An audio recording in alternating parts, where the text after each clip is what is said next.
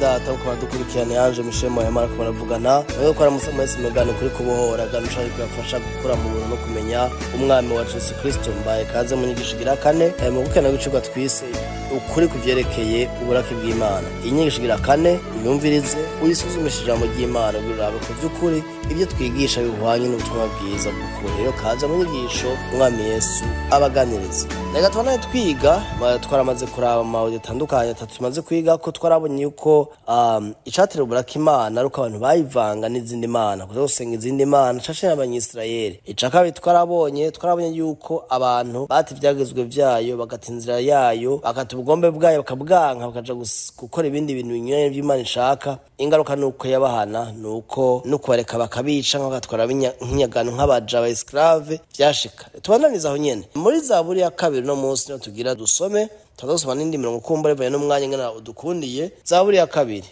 mirongo wa mbere ku murongo wa gatandatu harabango abanyamahanga ni iki kiteye umuvurungano n'amoko yagiriye ingingo iki ivy'ubusa. Abami bo mw'isi baragomoye n'abakuru bahurije ingingo hamwe kugwanya uhoraho n'uwo yarabanuje amavuta uwo n'umwami wacu Yesu Kristo. Bati ngo ducagagure imvuto batubohesheje dute kure ingoyi badushizemo. Umwe avyagiye mw'ijuru azobatwengera mw'ijigo. Umwami Imana azobakengera maze azobabarirana uburake bwiwe. Mba bwa burake bwiwe azobateza ubwoba guhambara kwiwe gukomeye. Uburake no guhambara biri kumwe. Ati ni jewe niyimikiye umwami wanje kuri Siyoni umugwa wanje wera. Ahanya ko twereka kuvyerekeye uburake Imana izogirira abantu bateguye kwica umwami wacu Yesu Kristo. Iyo ni Zaburi prophetique, ni Zaburi y'ubuvugishwa ivuga kungene bagiye inama abanyamahanga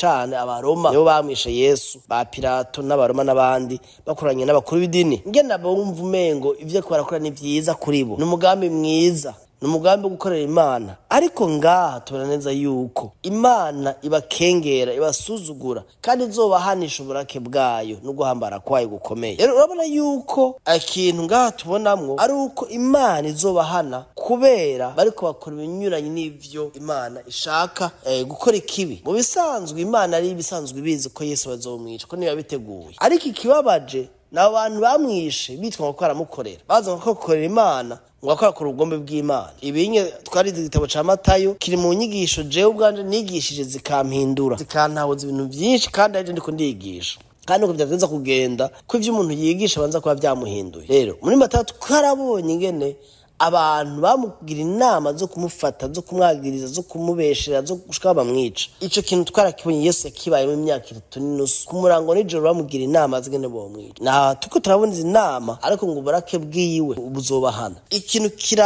kiratwereka neza ko uburake bw'Imana buri ku banyabyaha, ku bantu bakora ibintu binyuranye n'ivyo ishaka. Tuzobona mu cirwa itwagera turagenda imbere.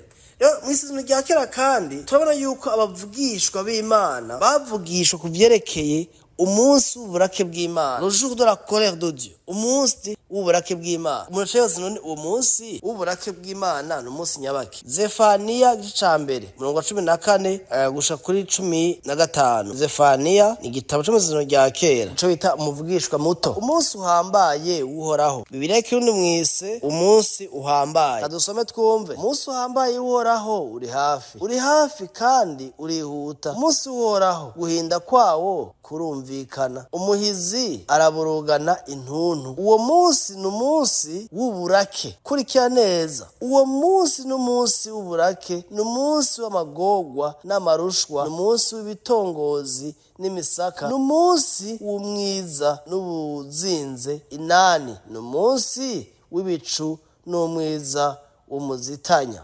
16 n'umunsi wo kumva inzamba n'akaruru kabirukira ibisagara byubakiwe inzitiro z'amabuye n'iminara miremire. Nzoteza ivyago abantu bitume bagenda nk'impumyi. Urumva umunsi w'uburake wo ni 17 kuko bancumuye ko jewe uhoraho kandi amaraso yabo azoseswa nk'umukungugu n'imibiri yabo nk'ibisheshe. 18 nta feza zabo nta n'inzahabu zoshobora kubakiza ku munsi w'uburake bw'uhoraho, ariko isi yose izomagwa n'umuriro w'ifuhe ryiwe, ya jaruzi twavuga, kuko ababa kw'isi bose azobahengetereza rwose giturumbuka. Umunsi uhambaye uhoraho, umunsi uhambaye uhoraho, umunsi ugaruka k'umwami wacu Yesu Kristo, aho amaso yose azomubona, abamubamvye ngo bakamubona, aho umwami Yesu azogaruka aje gucira imanza abantu bose bariho, abapfuye n'abazoba bakiriho. Ni umunsi w'uburake bw'Imana, guhora kw'Imana,